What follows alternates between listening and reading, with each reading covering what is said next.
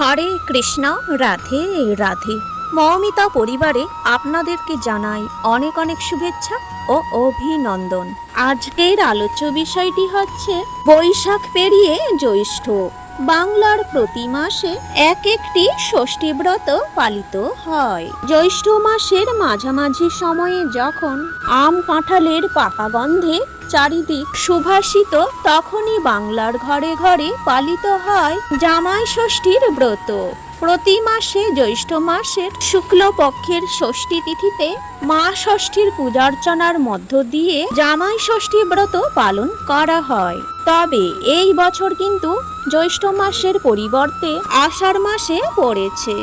যেহেতু জ্যৈষ্ঠ মাসে এ বছর মল মাস পড়েছে পঞ্জিকা অনুযায়ী, সেই জন্য আষাঢ় মাসের শুরুতেই পালিত হবে জামাই ষষ্ঠী ব্রত।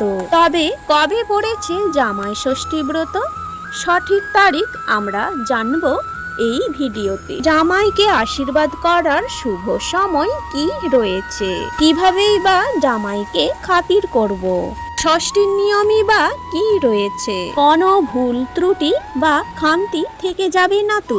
শাশুড়িদের মনে এই সমস্ত প্রশ্ন রয়েছে। সমস্ত প্রশ্নের উত্তর নিয়ে আজকের এই ভিডিও।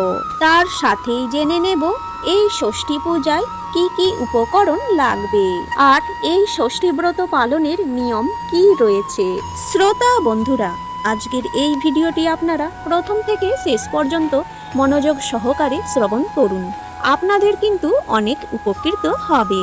জ্যৈষ্ঠ মাসের শুক্ল তিথিতেই জামাই ষষ্ঠী, অরণ্য ষষ্ঠী বা স্কন্দ ষষ্ঠী পালন করা হয়।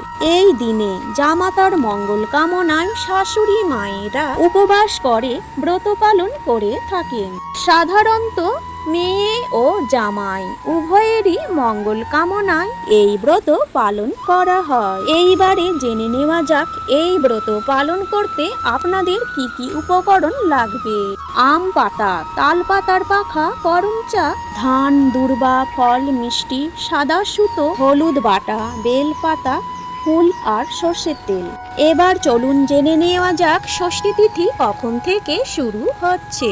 19শে জুন, চৌঠা আষাঢ়, শুক্রবার, রাত্রি 10:18 থেকে শুরু হচ্ছে ষষ্ঠী তিথি। ষষ্ঠী তিথি সমাপ্ত হবে 20 জুন, 5ই আষাঢ়, শনিবার, রাত্রি 8:59। অর্থাৎ এই পরিস্থিতিতে উদয় তিথি অনুযায়ী কিন্তু 20 জুন, 5ই আষাঢ়, শনিবার জামাই ষষ্ঠী বা অরণ্য ষষ্ঠী পালিত হবে।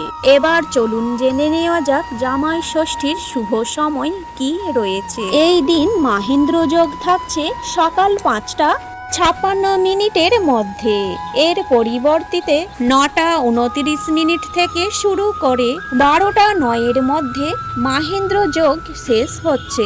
এই 9:29 থেকে 12:09 মধ্যে এই সময়টি অত্যন্ত শুভ, কোনো রকম বারবেলা থাকছে না। এই সময়ের মধ্যে আপনারা জামাই ষষ্ঠী ব্রত পালন করতে পারেন।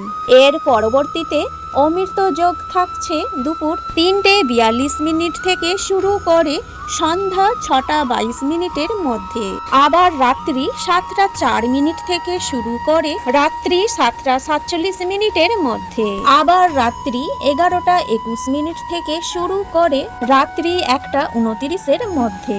এবং এর পরবর্তীতে মধ্যরাত্রি 2:55 থেকে শুরু করে শেষ রাত্রি 4:55 মধ্যে। শাস্ত্র মতে এই পুজোয় কাঁঠাল পাতার উপরে 5, 7 বা 9 রকম ফল কেটে সাজিয়ে রাখা হয়। জ্যৈষ্ঠ মাসের আম, কাঁঠাল, লিচুর রমারম, তাই এই মৌসুমী ফলগুলিও থাকে পাতে। সঙ্গে থাকে 108টি বাঁধা দূর্বা।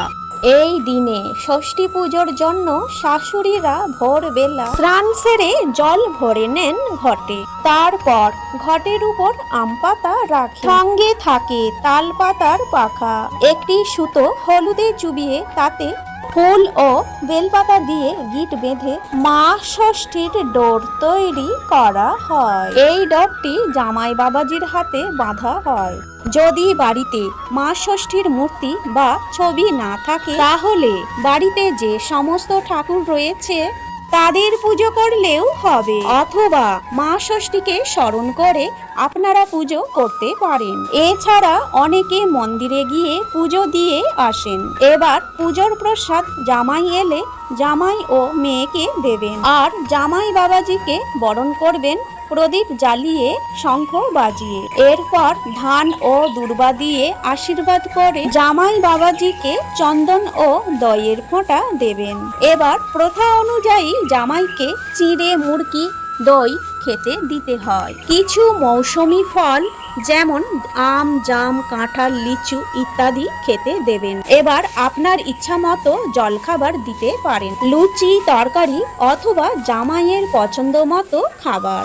তবে একটা কথা বলে রাখি, শাশুড়ি মায়েদের না খেয়ে উপবাস করে থাকতে হবে।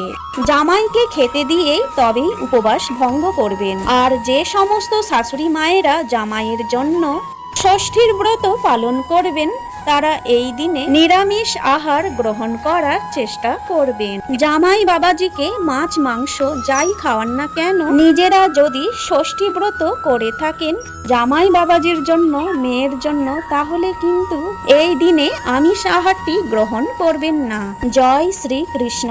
আজকের এই ভিডিওটি এখানেই শেষ হলো। সকলেই ভালো থাকবেন, সুস্থ থাকবেন।